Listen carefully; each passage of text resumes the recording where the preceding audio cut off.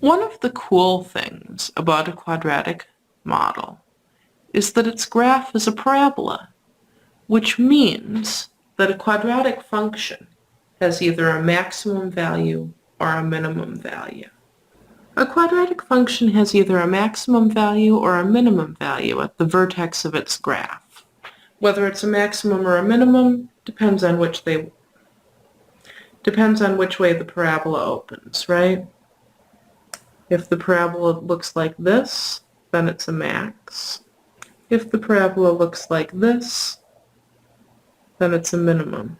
And finding this maximum or minimum is going to be something we want to do very regularly when we're working with quadratic models.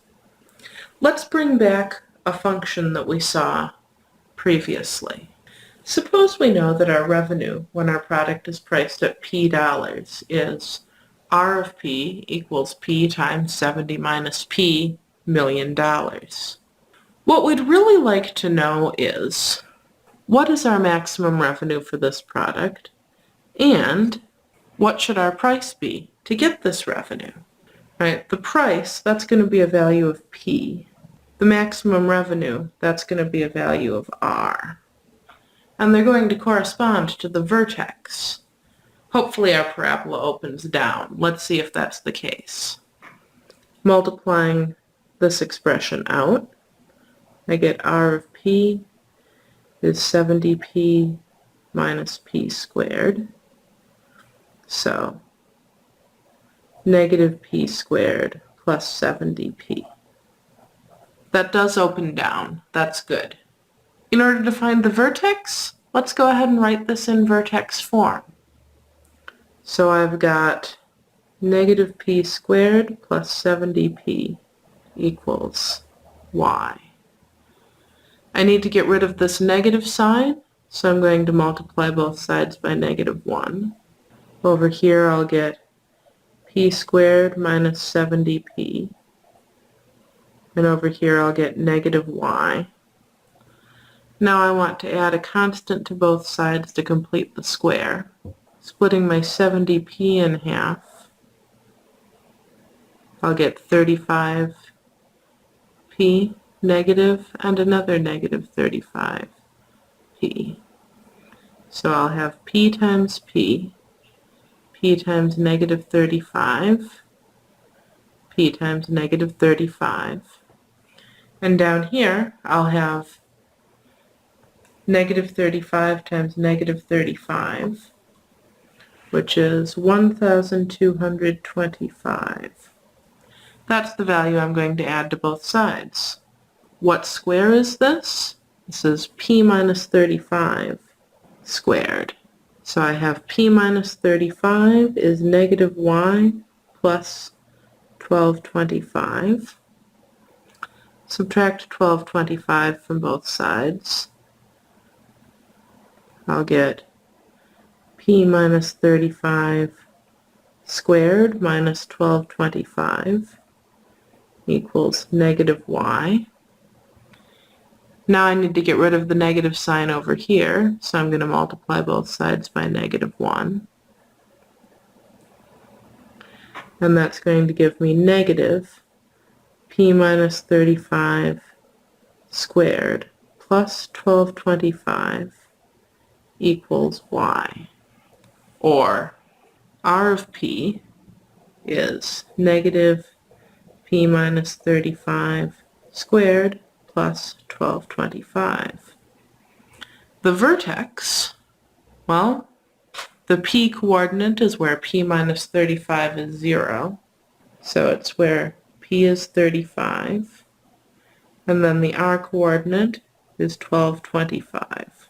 Going back up to our question, our maximum revenue will be $1,225 million. And in order to get this revenue, we should price our item at $35. I'm going to give you one of these to try now. Suppose a farmer is building a chicken coop against the side of the barn. He has 40 feet of fence available to form 3 sides. The barn forms the 4th side. So the fence is as shown in the picture. with two sides that are x long, and the remaining side being 40 minus 2x long. What should the dimensions be to maximize the area? Pause the video and try this now.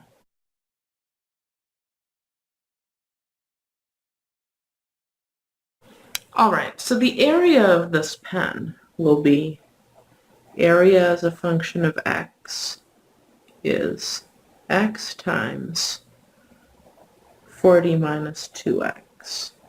If you were having trouble setting up that function, but now you know how to maximize it, pause the video and try it now.